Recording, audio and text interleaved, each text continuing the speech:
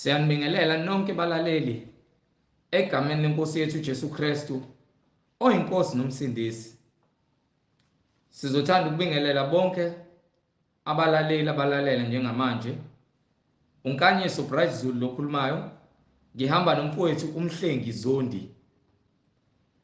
Sizocela ukuvula ngomkhuleko. Baba wethu osezulwini, mangcweliswe igama lakho. Umbuso wakho mawufike. Intando yakho mayenziwe emhlabeni njengasezulwini. Usithethelele amacala ethu njengoba nathi sibathethelela abasonayo. Ungasingenise ebulingweni, kodwa usindise kokubi, ngokuba umbuso ungowakho namandla nobukhosi kuze kube phakade. Amen. Sizocela bazalwane egameni lenkosi yethu Jesu Kristu, uNkulunkulu wethu ungenakusoleka, ukuba wonke umuntu olalele njengamanje asheshise athathe iBhayibheli lakhe, noma iBhayibheli elikhona endlini ulithathe, kuze uzoba nokuqonda ukuthi uNkulunkulu uthini kuthina. Abanama-app, abanama-Bible app emafonini, usheshe uvule i-app yakho, uvule iBhayibheli lakho, kuze uzoba nokuqonda, ucishe ezinye izinto ezingaba isiphazamiso. uNkulunkulu mayevumile indlebe zakho zizokwazi ukuzwa, uthambise nenhliziyo, unike isikhathi kwizwi njengamanje elikhulumayo, kuze uzoba nokuqonda ukuthi wena muthi uyakholwa, ikuphi lokho ofanele ukukholwe ngakho, noma muthi wena uyakholwa usindisiwe, iyona yiphi indlela ekuyisa ekuphileni. Ngegama lenkosi yethu Jesu Kristu oyinkosi nomsindisi, ngoba uyena oyinkosi yamakhosi, uyena onguNkulunkulu munye, oyinhloko yebandla. Ibandla linye bazalwane elabangcwele, yena-ke uyinhloko. Angihambi ngedwa njengoba sengishilo, ngihamba nomfowethu la. Mhlengi, bingelela mfowethu.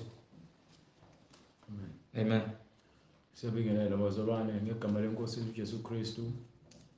Sisukuthula makube kuye. Amen. Ukuthula kwakhe kwehlele kuthina sonke abakholwayo nabangakholwayo.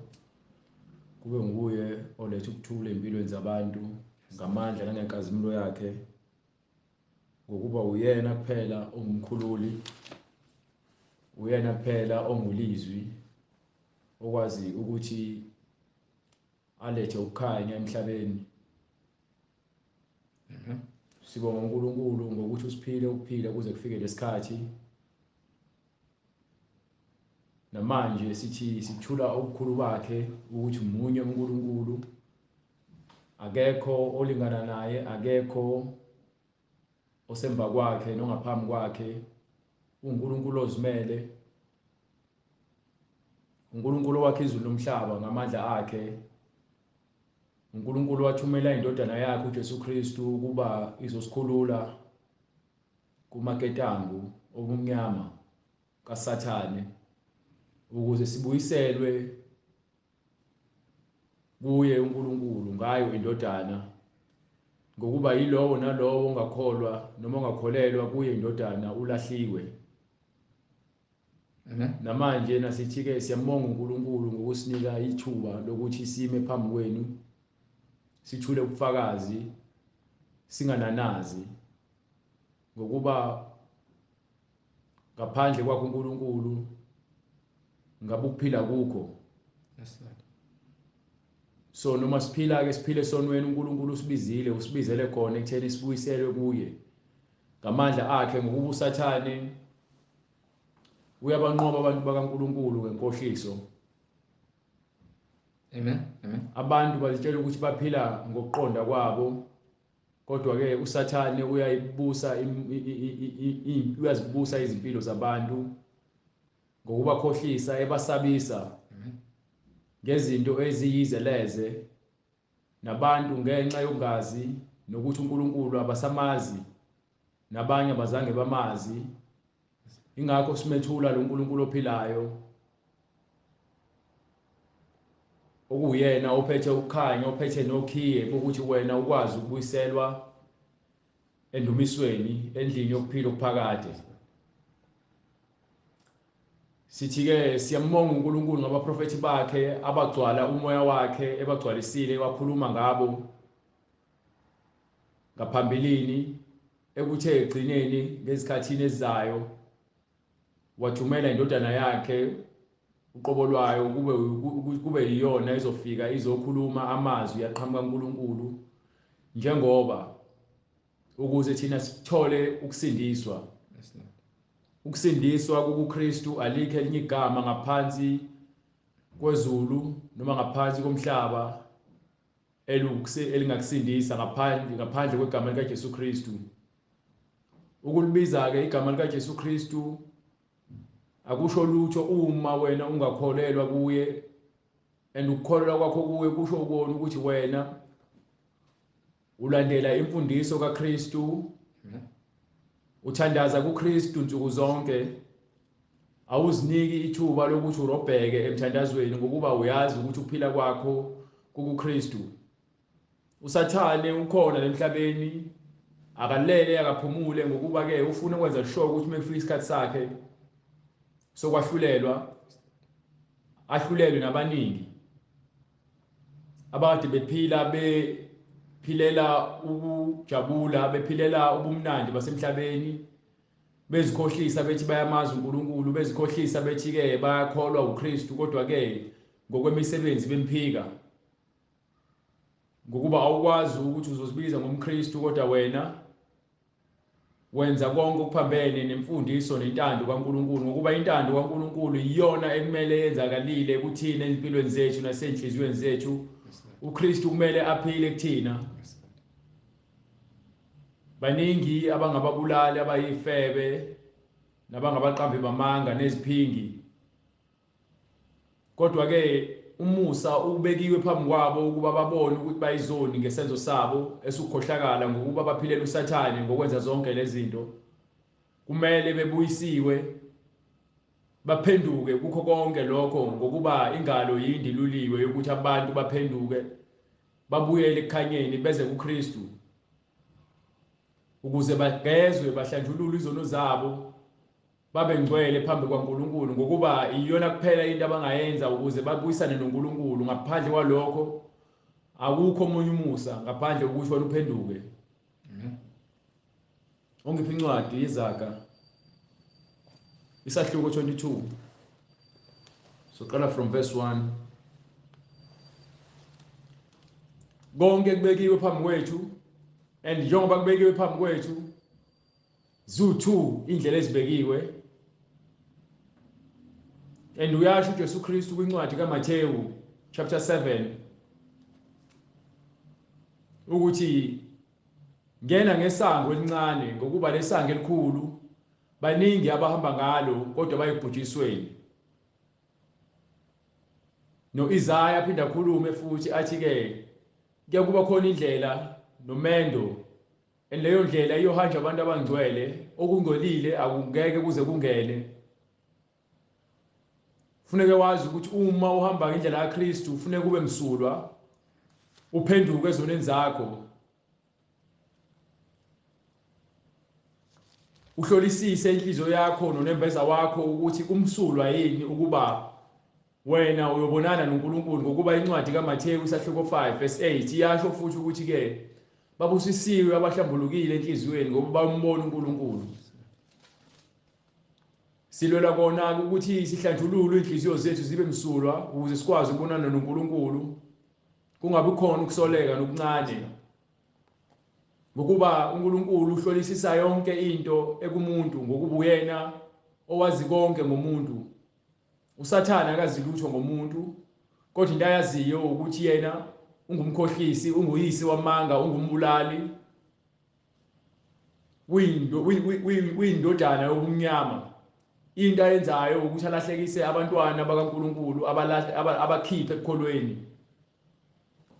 Kuningi uNkulunkulu akuvezayo ekumele sikuvezile sikudalule ngezinto esiphila ngesimo nangezimo esiphila ngaphansi kwazo, ezenza abantu bakhohlakale balahlekele ubungcwele babo. Ezinye izinto zazo ekuzomela uhambe njengomuntu uhambe uzishiye phansi ngokuba ke zandisa ukungcola nokukhohlakala, ziwisa abazalwane abaningi basezweni, ziwisa abantu abangcwele balahlekelwe ukukholwa ngenxa ukuthi ke sebethembele kakhulu ezintweni ezakhiwe uSathane. uSathane akanayo inhloso enhle ngawe. uSathane akanakho ukuphila okuphakade, unokufa okuphakade, ukufa kwasemhlabeni usaphila ngenyama, ufele sonweni, ukufa kokufela esihogweni okwangona phakade lapho uyuhlushwa khona uNkulunkulu mihla yonke, uSathane mihla yonke yokuphila kwakho, ushiswa izono zakho, ushiswa ungalalele kwakho izwi. Usho uJesu Kristu, ngize emhlabeni angizange ukuzokwahlulela kodwa ngilethe ukuphila okuphakade. Uma umuntu engawalondi amazwi ami, akusiyena uJesu Kristu omahlulelayo kodwa izwi alikhulumayo eliyakwahlulela egcineni. Namanje na ke isikhathi sibekiwe, njengoba noJohane uMbhapatisi asho athi, lethani izithelo ezifanele zokuphenduka, ningazitsheli ukuthi ningabantwana bakaNkulunkulu noma ningabantwana bakaAbrahama, ngoba naku niloke ningena endlini esonto. Ngokuba uNkulunkulu ukwazi ukuphendula amatshe awenza amadodakazi akhe. Namanje na-ke ibekiwe inkemba, libekiwe izembe empandeni. Leyo mithi leyo engatheli izithelo ezifanele haleluya, glory to God, izokulahla phansi bese ifakwa emlilweni. Lo mlilo lowo isihogo. Amen. Ngiphe incwadi eZaga chapter 22 verse 1. Amen. Incwadi iZaga isahluko sama-22 kwivesi lokuqala. Igama elihle likhethekile. Igama elihle elikaJesu Kristu ilona gama elikhethekile kunamagama wonke akhona emhlabeni. Ngokuba incwadi yaseFilipi iyakufakaza lokho. Ukuthi igama lakhe liphakanyisiwe ngaphezulu wonke amagama akhona emhlabeni. Gijima Filipi 2 from verse 8.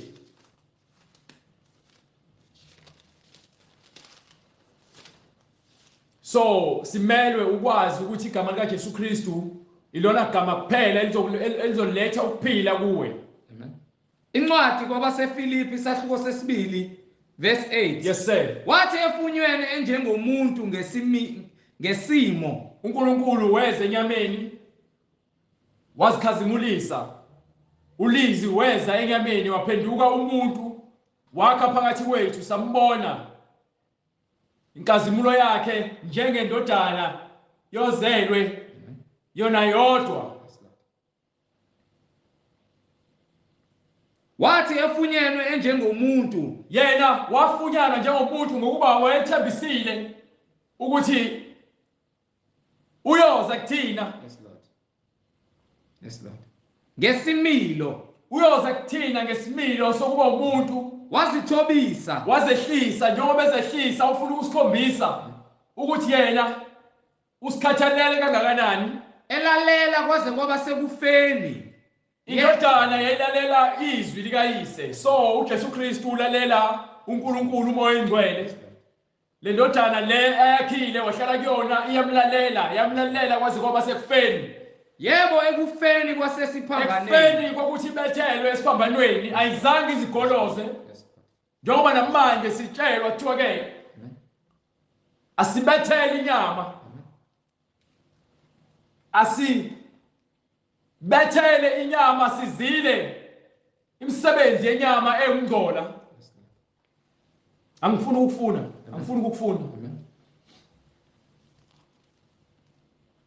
Amen. Ngalokho ke uNkulunkulu wamphakamisa kakhulu, njengoba ke waze bethelwa, wazehlisa, wazithoba, walalela. Lokhu Adamu, indodana kaNkulunkulu yokuqala, engakwazanga ukuthi kwenze, ukuthi ilalele kuze kube sekufeni, yawela esonweni, lesono lesi esikhungethe umhlaba. Yingakho siphila ngaphansi kobumnyama kukaSathane. Ingakho uJesu Kristu wathunyelwa njengendodana ekuyiyona ephelelisiwe ezokwazi ukuthi isikhulule. Ingakho siphila ngaphansi komusa. Lo musa ukunika isikhathi ukuthi ufuna ngabe umhlaba sekuqediwe ngawo, kodwa ke sinikiwe isikhathi sokuthi ke siphenduke ezonweni zethu, sibone ukungcola nokubola esiphila ngaphansi kwakho, ngaphansi kwamandla kaSathane. Wamnika igama eliphezu kwamagama onke. Uma nawe ufuna igama lakho libhalwe encwadini yokuphila, kufanele uzehlise njengokuba incwadi ithi ke wazithoba kwaze kwaba sekufeni. Elalela. Simele ukulalela izwi likaNkulunkulu, simele ukulandela imiyalo kaNkulunkulu ngokuba yiyona kuphela ezokwazi ukuthi sifake encwadini yokuphila. Iyona kuphela into ezosilethela ukuphila okuphakade, ukuzithoba. Ngalokho ke uNkulunkulu wamphakamisa kakhulu, wamnika igama eliphezu kwamagama onke. Legama likaJesu Kristu likhethiwe ngokuba liqhamukanga kumhlengi, aliqhamukanga kuMaria lo kuthiwa ke wazala indodana. And uMaria akuyena uma kaJesu Kristu. Amen. Jesu Kristu sitshela kahle kamhlophe ukuthi ke uyise unina nobhuti wakhe nosisi bakhe yilabo abenza intando kaNkulunkulu. So nina abantu enthandaza kuMaria nivula umnyango amadimoni ukuthi amadimoni anibuse ngokuba nenza into engazange nifundiswe uJesu Kristu. uJesu Kristu wasifundisa ukuthi uma sithandaza sothi ke Baba wethu osezulwini, malingcweliswe igama lakho. Umbuso wakho mawufike, intando yakho mayenzeke emhlabeni njengasezulwini. Amen. Incwadi ngokukaMathewu isahluko sokuqala verse 18. Ukuzalwa kukaJesu Kristu kwabanje unina uMaria esemiselwe uJosefa bengakahlangani wafunyanwa ekhulelwe ngomoya ongcwele.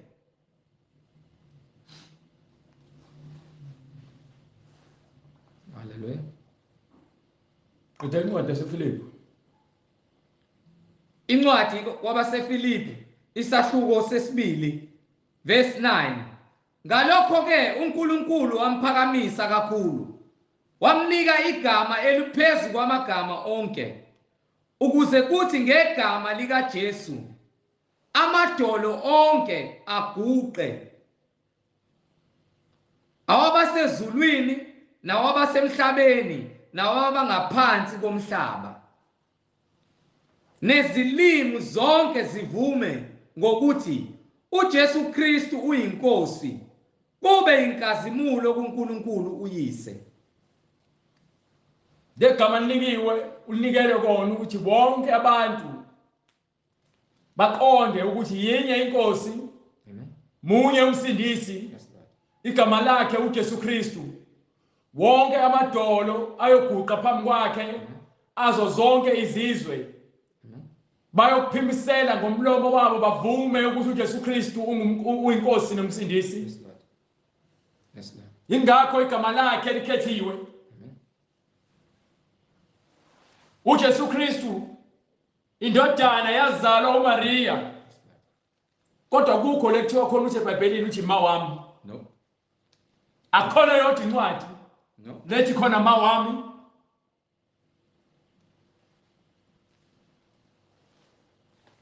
Ngiphe incwadi ezakho. Ingakho legama leli likhethiwe.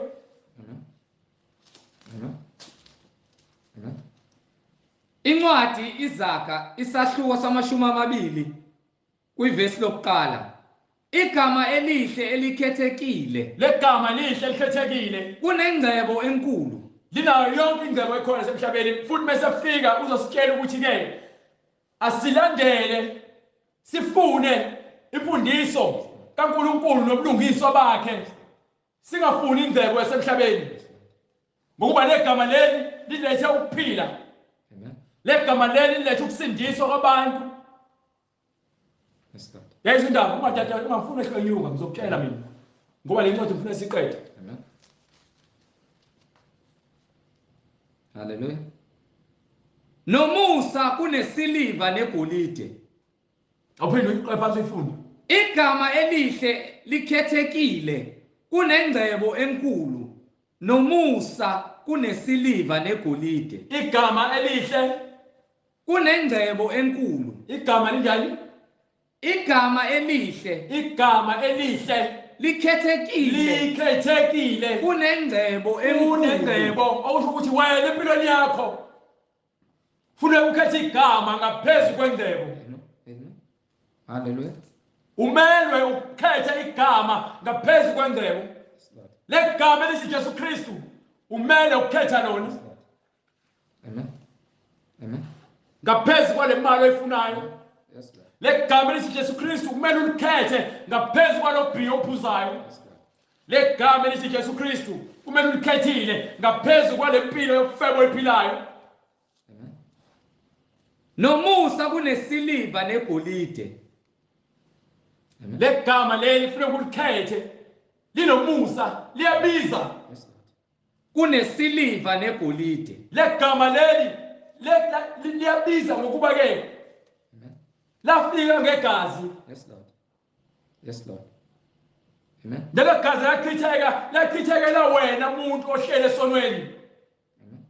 Ukuze likukhulule, likulethe ekukhanyeni, lingimboze likhave ngokuba wonke umuntu othi ungcwele Yes, Lord. wafa, Amen. Amen. wabhaphathiswa, wafela ke kuye uKristu, ufele kuKristu ngobhaphathiso. Yes, Lord. Yes, Lord. Amen. Wembelwe naye.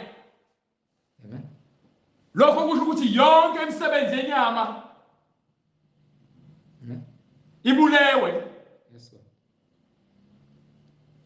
Kuzomela ukhethe igama likaJesu Kristu lekhethelo elibizayo ngaphezu kwalama video ocansi wabukayo. Yes, Lord.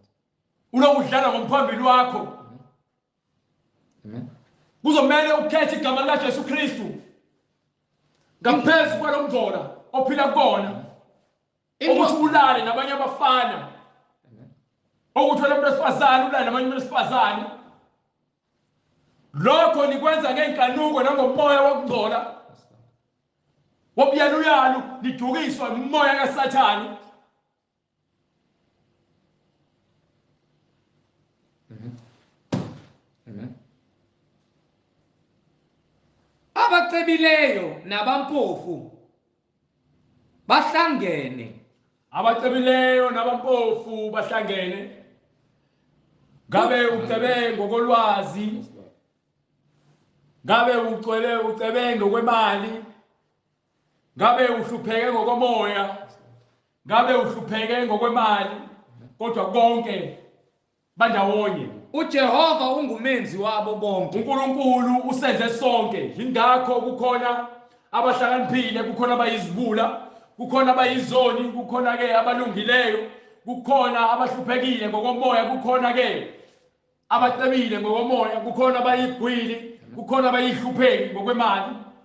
Oqondileyo uyabona ububi. So Aqashe. bonke bakhiwe uNkulunkulu. Kodwa ke isincwadi lobo oqondileyo, onoqondo, onobuhlakani, Uyabona ububi aqashe. uyabona into embi. Kepha abangenalwazi Uma ubona into embi, ubona isenzo esibi, ubona isono. Uma ucasha wena, ucasha kuKristu. Why ucasha kuKristu? Ngokuba uKristu ulungile. Njengoba ulungile uKristu, akukho ukonakala kuyena. Wena olungile uhamba kuKristu. So uma ubona isono noma isenzo esibi esokukhubekisa, uyacasha. Amen. Ngokuba kuwena kugcwele ukukhanya. Yes, Lord. Awufuni ukuhamba emnyameni. Yes, Lord. Ucasha kuKristu ukuze uhlale ekhanyeni. Yes, Lord. Kepha abangenalwazi Kepha labo abangenalwazi abangafundiswanga ngoKristu badlula nje. bonke labantu labo abaphilayo benza izinto abangaziqondi bedla idakamizwa befeba abafundisi nabazalwane ababhizi ko WhatsApp nako Facebook nako Instagram babanjwe izithombe zabantu abanqunu besifazane babanjwe umoya wenkohliso kaJezebel. Lithi iBhayibheli ke uma iso lakho likhubekisa likhiphe, uma isandla sakho sikhubekisa sinqamule. Lokho kusho ukuthi ke uma ubona isenzo noma into embi ezokwenza wena ukhubeke ulahlekelwe ukukholwa kwakho, baleka ucasha kuKristu. Hallelujah. Ngokuba ke lithi iBhayibheli awoni ngokuba wenze kuphela but imidlinzo neso lakho. Uma ubuka umuntu esifazane umkhanuka wena sawonile, baningi abafundisi abawile ekukholweni kwabo bewiswa amahosha. Baningi abazalwane abawile bewiswa oJezebel. Baningi abantu besifazane abawile asebephenduka ibotho zendawo babekholwa bakhipha izisu left, right and center. Ithi iBhayibheli kuyisono ukukhipha umphefumulo ongenacala ngengane le esesiswini oyibulalayo uyikhipha. Nawe dokotela, nawe wena ndoda othumela umuntu esifazane ukuthi akakhiphe isisu, nawe wena auntie noma mama noma gogo othumela ingane zakho ukuthi azikhiphe izisu, uyothola isigwebo esifanayo nesabo lawa akhipha izisu.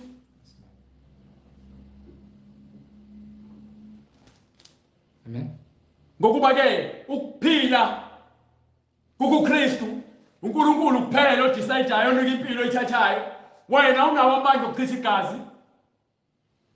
So ngokuba ukwenzile, uma ubona ukuthi wena lokho kwenzile kulungile, uzoqhubeka uhlale esonweni. Uma ubona lokho kwenzile kuyisenzo esibi and futhi kuyisenzo esibi ayinokuthi mhlawumbe lokho kuzokusa esihogweni, uzophenduka wena uze kuKristu uzithobe ucele uxolo manje usaphila. Ngokuba legazi olichithayo likulindile uma ungaphenduki. Incwadi ngokukaMathewu isahluko 6 verse 22. Isibani somzimba yiso. Ihlo lakho lingukukhanya. Ngakho uma iso lakho, so uma ihlo lakho lingukukhanya, umzimba wakho wonke uza kukhanya. Uyakhanya. Kepha uma iso lakho lilibi, kodwa iso lakho uma lilibi, lalela, uma uchitha isikhathi esiningi wena ubuka ama-video ocansi, abantu bebulalana ku-TV, ubuka music video noma umculo we-hip hop, amantombazane ahamba nqunu, ubuka abantu belala, ubuka izitabane ku-TV, ubuka isingane yakho opopayi. Yini efundisa opopayi? Ngoba fundisa ngemlingo namanga nemfundiso kaSathane ukuthi inyoka iyakhuluma, ukuthi ufishi uyakhuluma. Zonke lezo zinto lezo azilethwa uNkulunkulu, akazakhe asifundise ngalezo zinto. Zonke lezo zinto zilethwa imfundiso kaSathane. So uma wena zonke lezi zinto lezi zobumnyama uphathe ibhamu, uphathe impesi, uyi-28, uyi-26, dlala ama-video games, awunazo isikhathi saNkulunkulu, uthanda izinto semhlabeni, nibhizi kuma-dating app, nithi nama-Christians kodwa nibhizi kuma-dating apps. Hallelujah. Kepha uma iso lakho lilibi, uza kuba mnyama umzimba wakho. Ngenxa yokuthi iso lakho limnyama ngokuba wena uchitha isikhathi esiningi uza kuba mnyama umzimba wakho wonke. Uchitha isikhathi esiningi wenza izinto zobumnyama nomzimba wakho umnyama wonke. So wena kusho ukuthi uphile ebumnyameni. Uma uphile ebumnyameni ubaba wakho usathane. Uhola usathane. Ngakho uma kukhanya ukukuwe kungubumnyama, ubumnyama bukhulu kangakanani. Mawucabanga lobumnyama ophila kubona nalobumnyama oyibona bukwena bungakanani. Ithini incwadi yezakha ngifuna verse 5. Hallelujah. Verse 5. Ameva nezingibe kusendleleni yabaphambeneyo. Ameva nezingibe okusho ukuthi ke ukuhlabekisa nokuhlabeka kanye nezigibe nokugibeka ufana ukuthi khona unoxhaka ofika ukubambe.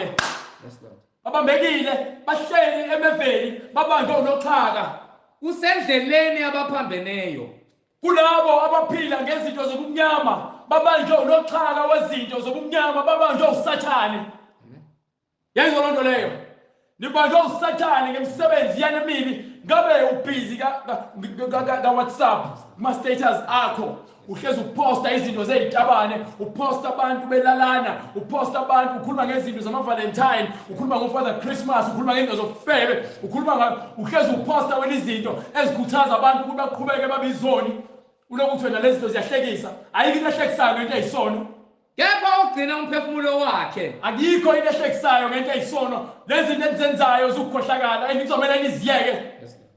Facebook kuzomela liphume khona ngoba kugcwele umoya wonakala, kugcwele umoya wokufebe, kugcwele umoya wokukhohlakala, umoya wokudakwa, kugcwele umoya wokukhohlakala, umoya wokuba ke iphingi nokuthanda imali nabafundisi bamanga nemfundiso yokukhohlakala. Kusendleleni yabaphambeneyo. Yonke lezo zinto lezo zigcwele kulama app nalama social media lawa ngokuba ke anazi lifunani kubona. Ayikho into eniyaziyo. Nilandela ngokuba bonke abantu nebona benza usathane ubhizi. Uyanihola uniholele ebumnyameni. Uyanibiza unibizele ekutheni lahleke. Ngegama lika Jesu Kristu siyayibopha imimoya sithi ke silahlela khona ke ekuduleni kolwandle. Yes, Lord. Siyayibopha yonke imimoya emadimoni ngegama lika Jesu Kristu. Sithi lo ayife. Yes, Lord. Amen. Siyakhulula nawe obophekile. Sithi ke ngegama lika Jesu Kristu siyakhipha ekutheni wena uthanda idakamizwa. Yes, Lord. Ngegama lika Jesu Kristu siyakubiza sithi buyele ekhanyeni. Amen. Kepha ugcina umphefumulo wakhe uyakudedela kude nakho. Umuntu ogcina umphefumulo wakhe njengoba sithi igama elikhethekile igama lika Jesu Kristu. Umuntu ohamba kuKristu, umuntu ophila kuKristu, umuntu odla kuKristu, umuntu ophuza kuKristu. Lalela hamba kwincwadi kaJohane chapter 7 verse 38. Gijima. Umuntu odla kuKristu, umuntu ophila kuKristu.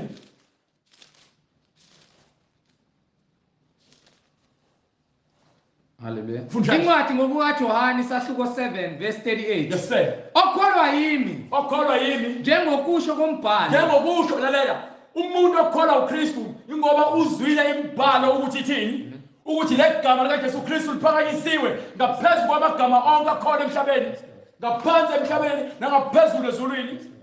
Esiswini sakhe Lo muntu ophila ngamazwi ophila ngoKristu esiswini sakhe kuyakugobhoza imimfula yamanzi. kuyagobhoza imfula yamanzi Aphila. amanzi okuphila okuphakade. Uma wena uhleli kuKristu, uma wena uphuza kuKristu, uma wena ke udle kuKristu, uma wena uhamba kuKristu.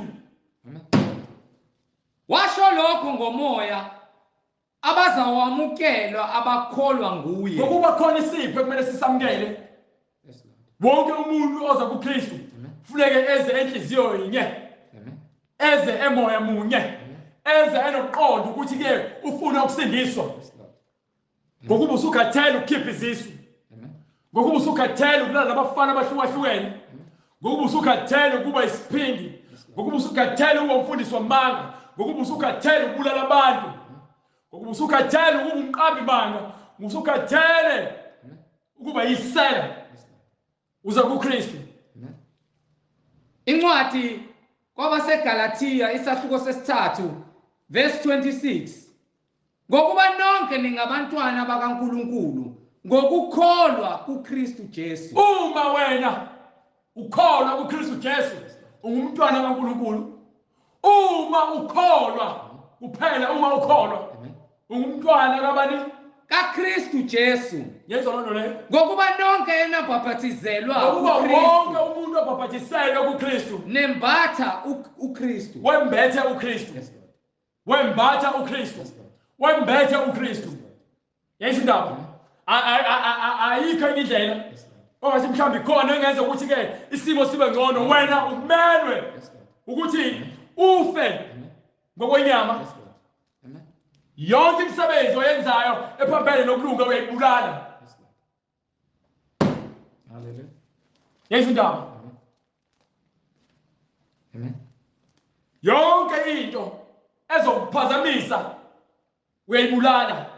Indlela ogqoka ngayo expose noma eveza imizimba wakho ngendlela engafanele.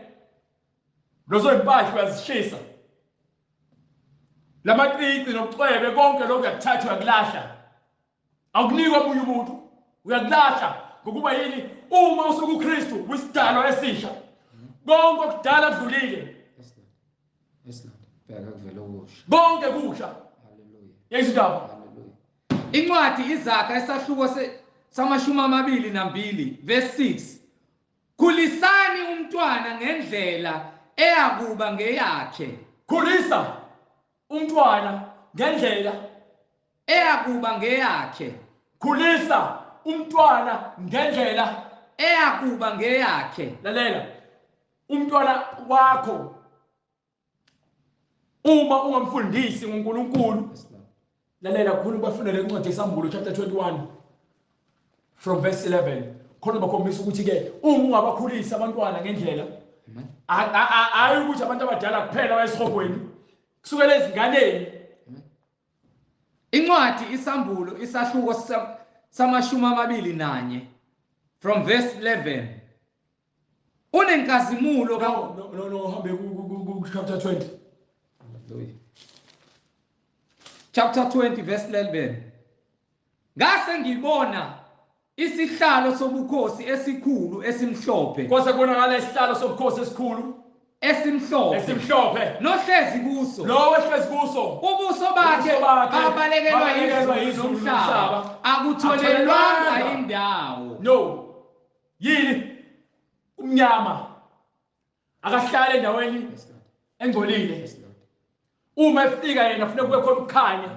So uma kungekho ukukhanya labo abasebumnyameni bayachopheka bayabaleka. Yezwa indaba? Amen. Amen. Hallelujah.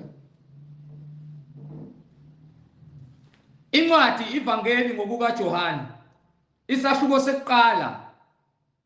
Ekuqaleni wayekhona ulizwi, ulizwi wayekuNkulunkulu. Ulizwi wayenguNkulunkulu. Yena lowo wayekhona ekuqaleni kuNkulunkulu. Konke kwavela ngaye. Ngaphandle kwakhe akuvelanga lutho kukho okuvelileyo. Ukuphila kwakukuye. Ukuphila kwakungukukhanya kwabantu. Uma edalwa elethwa ulizwi ezemhlabeni njengoba ke ulizwi ezenyameni. Uma efika ungukukhanya ulethe ukukhanya. Ukukhanya kukhanya ebumnyameni. Ukukhanya kukhanya ebumnyameni. So ukukhanya kukhanya ebumnyameni kepha ubumnyama abukwamukelanga. Kepha ubumnyama abufuni ukwamukela ukukhanya. Umsebenzi yakho ebuthakathi uJesu Kristu uyamazi ukuthi ukhona. Awufuni ukwamukela ngokubuhlele ebumnyameni. Njengoba udaka utshwala uyazi ukuthi ukhona uJesu Kristu. Nami ngangiphila khona ngidakwa ngifeba ngibhema insangu ngawubhema ugwayi kancane kwaqamba amanga ngitshontsha kodwa kwathi bekufika ukukhanya kumina kwafika kwakhanyisa indlela kwalungisa isimo sokuphila kwami. Hallelujah. ingakho ngalungiseka ingakho ngimi lapha phambi ngithula ubufakazi ukuthi ke uJesu Kristu uyinkosi nomsindisi. So lokuphila kwakhe kufebeni nokukhipha kwakhe izisu nokuba umphingi nokuba umbulali nokuba umqambi manga ubisela nokuthakatha nokukhonza izithombe lokho kuzokhulula kona uNkulunkulu weza kokwakhe uma ufuna umamkela uma ke uwena ukuthi ke wimvu ekhethiwe ngokuba ke baningi abayimbuzi khona imbuzi khona nezimvu.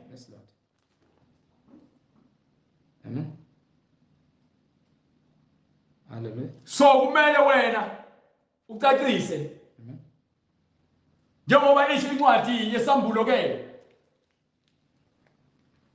ngase ngibona esihlalo sobukhosi esikhulu esimhlophe wehle phezu kwaso ubuso bakhe babalekelwa izulu nomhlaba akutholelwanga indawo ngabona abafileyo abakhulu kwase kubonakala abantu abafile abakhulu nabancane abantu abadala nezingane ezincane bemi phambi kwesihlalo bonke babemi phambi kwesihlalo sobukhosi. izincwadi zavulwa Kwase kuvulwa izincwadi kwakukhona abantu abadala abakhulu nabantu abancane izingane bemi phambi kwesihlalo sobukhosi. izincwadi zavulwa Lezi ncwadi ezambulwayo nezivulwayo izincwadi zokwahlulela ukuthi wena uphile kanjani. nenye incwadi yavulwa Ngeyokuphila yokuthi wena njengoba uphilile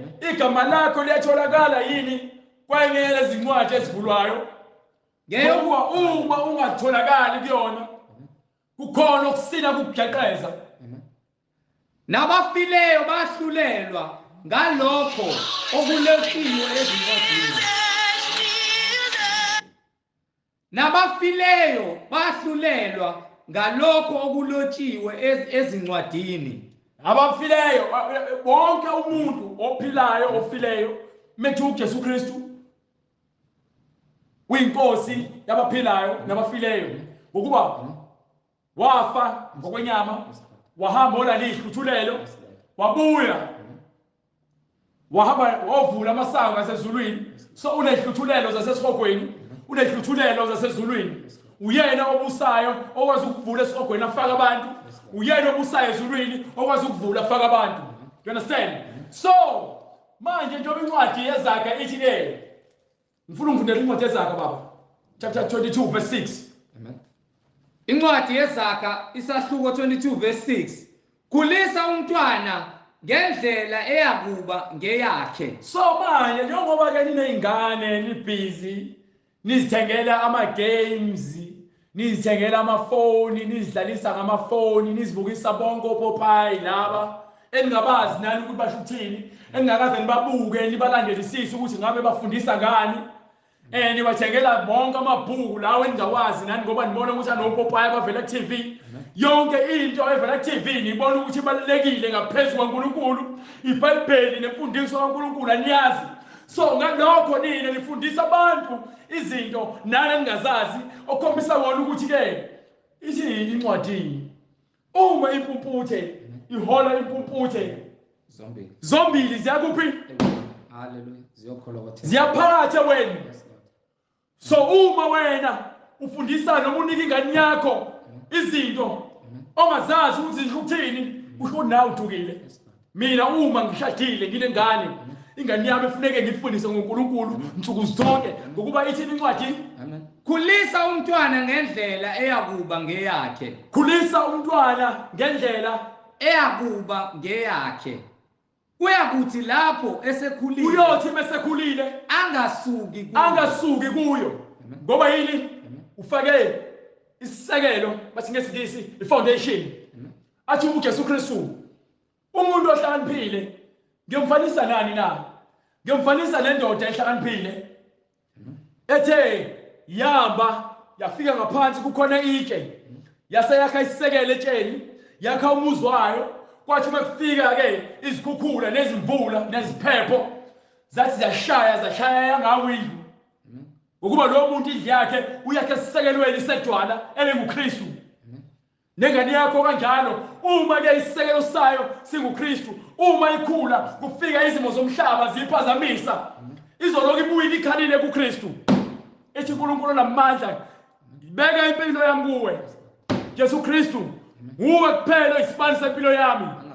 Jesu Kristu nguwe kuphela ngokukhanya umholi nomalusi wami olungileyo.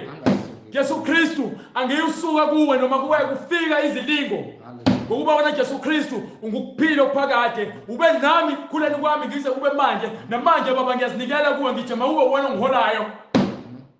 Idwala lamadwala. Yayizwa indaba. Kodwa ke uma ukhulisa ingane yakho ngo-SpongeBobs no-Superman, yini enye namapopayi bababukayo abangasile? Lonke lolu vucu lezinto ezibukisa ingane nama-video games. Futhi ijontshe, qamba amanga. Ingane zenu zifunda ukuqamba amanga. Zisencane. Nifundisa ingane zenu ukuthi ke zihlakaniphiswe ama-gadgets.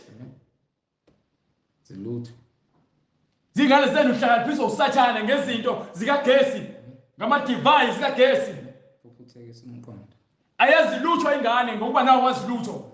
Asho Jesu Kristu umuntu oyisibula ngiyamfanisa nani? Asho ngiyamfanisa nomuntu ovela wakhe indlu yakhe enhlabathini. Hallelujah. Hallelujah. Wakhe indlu yakhe enhlabathini. Amen. Ayinasisekelo. Kuthi makufika amanzi nezikhukhula neziphepho zishaye phansi. Ngokuba lo ndlu leyo bengenaso isisekelo. Bevele yakhiwa nje. Ingakho ke sithi ke khulisa ingane yakho ngendlela efanele. Yes, Lord. Amen. Khulisa ingane yakho ngendlela ekufanele ikhule ibe yiyo.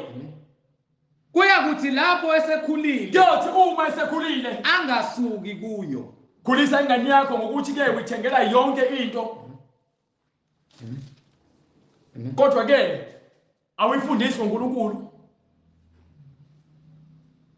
Samele senze ucwaningo sibheke wonke lamopopayi nalezinto abazibuyisa ingane khona uzobakela ukuthi yini le ebaholela ke esihogweni. Mickey Mouse.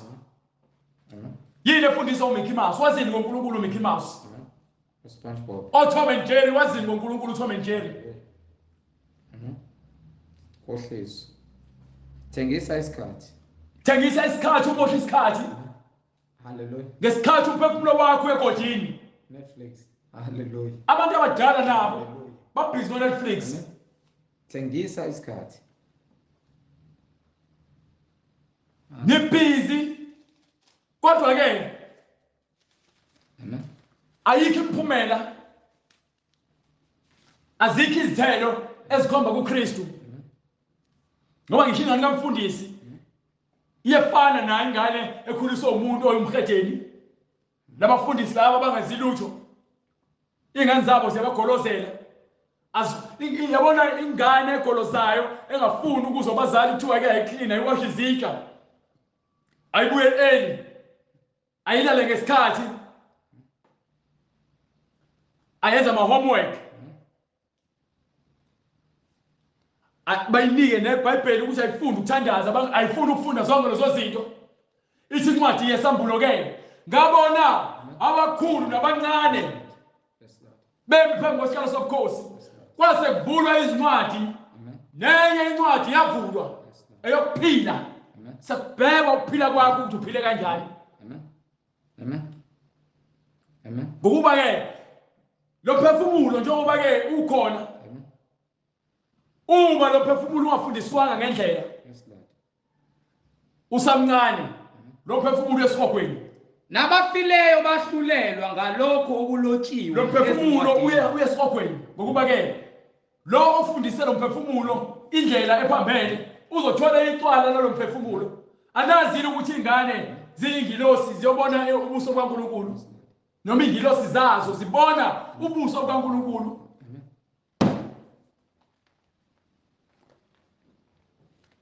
Do you understand? Simelwe ukuthi verse 6. Verse 6. Khulisani abantwana ngendlela. Simele lalela anginayo ingane kodwa noma ngayiphi ingane ehlangana nayo ngifaka imibuzo ngibuze nangoNkulunkulu uma ngamazi ngiyayichazela ngoba ngifuna ukuthi noma ngelinye ilanga ihlangana nomuntu ekhuluma inyangazwakala ingane imbuze ngoba ingane ehlakaniphile ziyafuna ukubuza sifuna ukwazi yonke into uhlangana ngane ihamba noma bayo iyamgolozela iyamthuka iyamshaya phansi kwabantu iyahayiza iyamthuka nangenhlamba ngokuba le libona TV akazi uzoyenzani ingane yakhe akazi uzokhuluma nayo ingane yakhe ngoba nayo uxakekile ubaboya akekho empilweni yayo ngokuba ingane ezala ngokufebe uzale isikhathi singakashayi ubhizi uxakekile empilweni yakhe akazi ukwenza njani akakwazi ukuthandaza ngokuba yini yonke into uyazenzela uziphathele imithwalo uthi uJesu Kristu ke kulisa umntwana ngendlela eyakuba ngeyakhe Lethani kimi imithwalo yenu nibeke phambi kwami nibeke ezinyaweni zami thathe isiphambano sami thathe ijoka lami ngokuba lona lilula uma ufuna ukuthula empilweni yakho uma ufuna ubulungiswa empilweni yakho uma ufuna ukungcwele empilweni yakho angikhathali noma ngabe uyindiya noma ngabe umuntu noma uyixhosa noma ngabe uyisigwini noma ngabe uhluphekile ukuthula kuKristu ukusindiswa ukungcwele kuKristu amen masubona ukuthi ukhathele ukuhlabela amadlozi ngoba lento amadlozi ayisebenzi thatha ijoka lakho ulithwale insuku zonke isiphambano sakho ulandela uJesu Kristu insuku zonke awubi khona ibreak mhlambe ukuthi khona le uzothi khona ngithatha ibreak no moshatha ibreak unika usathane mhlambe kwincwadi yesibili incwadi yokuqala kaPetru kusahluko 5 verse 7 ayikho ibreak ngokuba nosathane waphumlile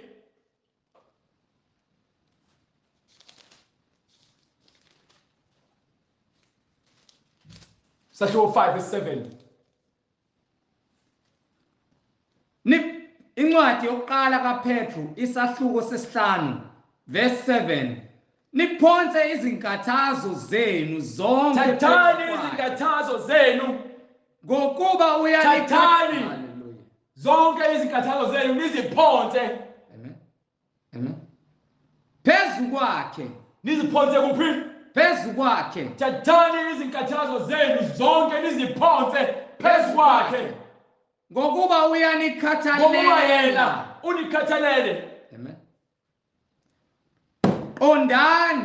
qondani nilinde isitha senu funeka uhlale uqondile ulindile ngokuba ke isitha sethu usathane isitha sethu bani usathane isitha sethu ngena umakhelwane wakho noma uma wakho noma ugogo wakho noma umngane wakho isitha umoya okuyena ngeke uzukwazi ukuthi ubone lo moya ngokuba ke wena ubheka isitha senyama isitha umoya okuwena ngaphakathi lo lokukulinga ukuthi wena uqhubeke uhlale efebeni umoya okulingayo ukuthi wena uqhubeke uhlale ube isidakwa ube umahosha ube isiphingi ube umfundisi wamanga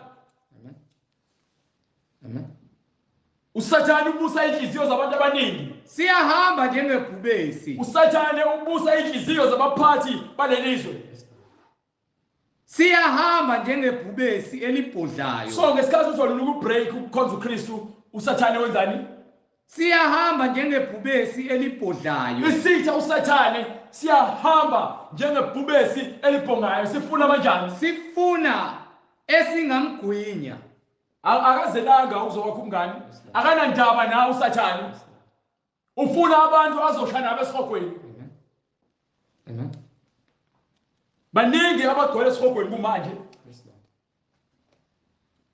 sigcwele isihogo futhi angeke sigcwale ukuthi ke kuzothiwa ke basangena abantu soqhubeka nje siloke samukelile isihogo siloke sivumile isihogo ngoba ke sakhela bona ukuthi ke labo bangafuni ukuzwa izwi nongafuni ukulalela bahlale khona esihogweni bapitshane khona esihogweni bahle esihogweni ngenxa ukuthi banike ibreak uJesu bathi-ke bafuna ukuthi babe nebreak encane. Lo break encane usathane ubhizi uyabhongoza njengebhubesi ufuna azobagwinya. Incwadi uJobe isahluko sokuqala verse 7. uJehova wayesethi kuSathane, uvelaphi na? uSathane wamphendula uJehova wathi, ekuzuleni emhlabeni nasekuhamba hambeni kuwo. Uyazulazula, uyahamba ufuna azobagwinya. Akazelanga ukuthi nje azokwenza ubungani. Uyasho ukuthi yena uyokhuphuka ngaphezulu, ahlale ngaphezu kwethu sonke, asicindezele, abuse. Yingakho kulomhlaba lo ubuso uSathane. Uma ufuna ukuphuma koSathane, landela uKristu. Uma ungenandaba, hlala kuSathane. Ngokuba incwadi yasho ithi kuze kube nini manqika. Awukwazi ukuthi uzodlala ama-position awu-2. One position. Uma uKristu kuphela. Uma uSathane uhleli kuSathane kuphela. Ngokuba ke uma uNtukuntulu uthi uJesu Kristu uzakuphalaza noma uzakuphimisela. No one can serve two masters. Hallelujah. Uzakuphimisela ngaphandle ngokuba wena ulukewarm noma wena uNtukuntulu awuhlisa ubani. Windoda ushadile. Kodwa still manje uyokushada nonkosikazi wakho ubhizi kangalo la ngamanye amadoda. Wena uNtukuntulu wena umfundisi. Wena usindisiwe. Kodwa manje ubhizi uhlebela amadlozi. Wena awuhlisa ubani uNtukuntulu wena. Wena uthi ngumKristu. Kodwa manje ngapho uyafeba. Ubhizi kuma dating app. Sathane babuyisa ngazo zonke indlela, akafuna abantu bakhona. Akafuna abantu bahambe ngoNkulunkulu. Hallelujah. Nibiziwe. Amen. Phendukeni. Hallelujah. Ngibe incwadi yezenzo. Sahluko sesibili verse 38. Sizale ukuphendukeni bazalwane. Incwadi izenzo isahluko sesibili verse 38. Fundisa ingane yakho indlela efanele ikhulu ibe yiyo. Amen. Amen. Fundisa ingane zakho. Amen. Uma sigolozela akube ukuthi wena ugeza izandla njengoPilate. Uthuthe uthuli lwezinyawo. Kuba ukuthi wena icala legazi labo alikho ezandleni zakho, wenze umsebenzi wakho njengomzali. Ungasabi. Usho kahle uJesu Kristu ke ungasabi laba ababulala inyama kuphela abangenayo amandla okubulala ke umphefumulo. Saba yena lo kwazi ukuthi besebulele aphinda kufaka esirogweni. So akufanele ube lenkinga. Wonke umuntu othi ke yena unenkinga uyasaba. Akafanele ukulandela uKristu. Uthi uJesu Kristu uma ungiphika phambi kwabantu nami ngiyokuphika phambi kwezingilosi. Amen. Amen. Amen. Incwadi izenzo isahluko sesibili verse 38. uPetro wayesethi phendukani. uPetro wayesethi phendukani. Yilowo nalowo abhaphathizwe. Yilowo nalowo kufanele abhaphathiswe egameni likaJesu Kristu. Kukho ukuthethelelwa kwezono zenu. Khona niyakwamukeliswa. Lalela, akekho umuntu ozothi ke usindisiwe engazange aze ke aphenduke abhaphathiswe. Ukuphenduka kwakho kusho ukuthi wena fanele ubhaphathiswe egameni likaJesu Kristu. Kukho ukuthethelela kwezono zakho. Khona niyakwamukeliswa. Uyobe sowunikwa njengoba uJesu Kristu isincwadi wathi abancaniweyo abeze kuye bazophuza emfuleni ogobhoza okuphakade okuphila. Lokho wakusho ngokuthi ke kwakufanele banike isiphiwo sikaMoya Oyingcwele.